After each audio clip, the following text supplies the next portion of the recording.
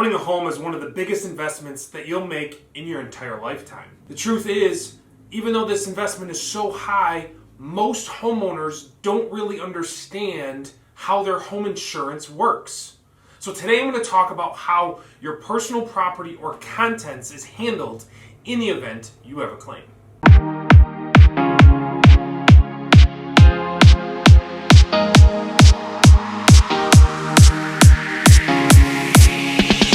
On your home insurance or property insurance or renter's insurance policy, you have a coverage called Coverage C Personal Property. This is the contents that are in your home or stored at a temporary location or in your car or anywhere else for that matter, and it's the max the insurance company will pay in any one claim. The biggest confusion that homeowners have though is how is it paid out? All insurance policies are pay their contents out on an actual cash value basis, unless you have a really well-written home insurance policy that has an endorsement called replacement cost contents. Now, whether you have this endorsement or not, the only way that you are going to get paid on the replacement cost is if you actually replace the contents that are damaged due to the claim. The insurance company will hold back a depreciated amount until you show proof that you've replaced those items. Now listen, I'm a homeowner. Most homeowners have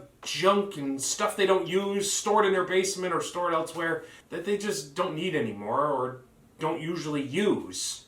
So if you don't replace those items, if they're some of the stuff that's damaged, you're only going to get the actual cash value or depreciated amount for those specific items. Also, don't forget that you're subject to your homeowner property deductible before the insurance company kicks in. And most deductibles on a homeowner's policy are $500, $1,000, maybe even up to $2,500. So keep that in mind at any time that you're handling a claim or going through a claim, that you have enough damaged property that makes the claim worthwhile that's over your deductible. So hopefully you got the biggest takeaway here, that in order for your contents coverage to replace the items that are damaged, you need two things to happen. You need A, you need to actually replace the items, and B, you need to have the coverage that says that you can replace the items.